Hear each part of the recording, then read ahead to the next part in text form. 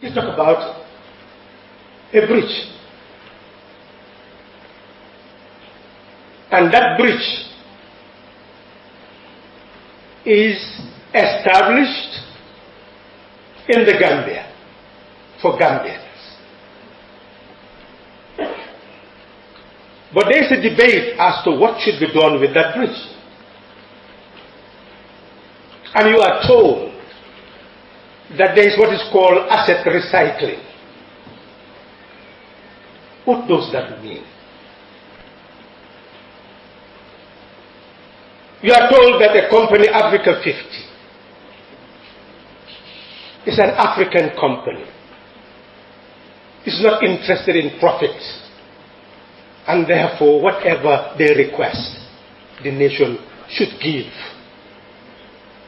without any fear that harm will be done to our interest.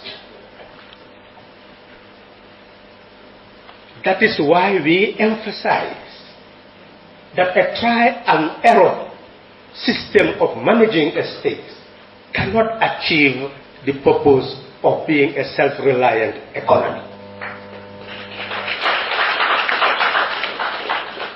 We must have a knowledge-based method of managing the affairs of a state.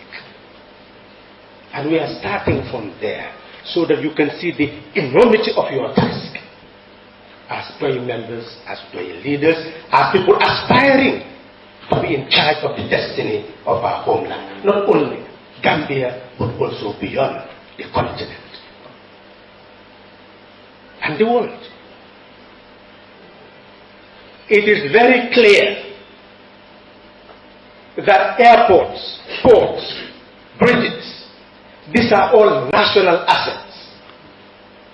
You establish them to eradicate poverty, to facilitate communication, to ensure the cost of transportation decreases of goods and services, to open up the economy so that people will produce more and benefit more.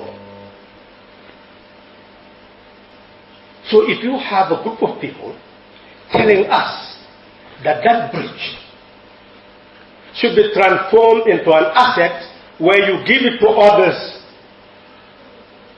and they give you money in advance, calculating what you can earn in 20 years, in 10 years, and you take it from them in advance. And then they manage your assets. Then what is the use of a government? Why do you have a government? When that government becomes the tax collector of an external authority, what is the use of a government? They will say it's wisdom because you get the money that you should get in 10 years and you start investing it in something else.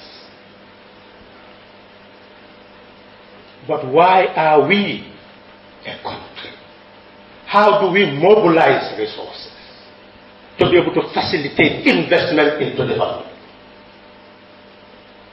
The Africa Development Bank was established in 1964. The objective was for it to assemble heads of states together and they agreed to invest in the bank in order to facilitate their development. But eventually, cash-strapped, it opened up its shares. That is why 60% of the shares is owned by African countries, but 40% by non-regional countries. UK, for example, among the non-regional countries, own 14% of the shares. See, they are after an interest, no matter how concessional. We established a bridge and we took over what was an income generating source for ferries. Senegal used to cross and pay immense amount of wealth that was accumulated by ferries. Instead of transforming ferries into a management authority to manage the bridge and earn the resources, ferries will disappear, is collapsing for lack of revenue. We talk about this country promoting private sector growth. If you are interested in private sector growth, then you should be concerned with local content. You'll mobilize all wealth, all resources internally to invest it into your development. If the government was really interested in development, that will not lead to people paying more and more for profits of a company. Government would have transformed ferries into a management authority that would manage the bridge. It would have seeked whatever capital is internal by Gambian investors, if it needs capital from that bridge, by turning that bridge into a bond, a bridge bond, and they will invest in that bond. You'll get the money, you'll invest it, and you know from your collection you'll be able to pay it. So if you want development, you do not allow money to go away to be repatriated. You build so that it stays.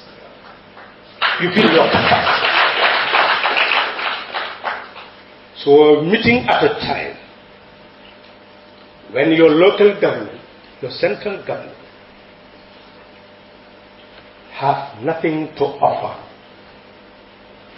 you to eradicate the poverty of this country.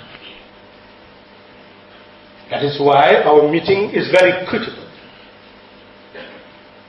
And what we are to do here today is important not only for us, but for the continent and the world at large. And we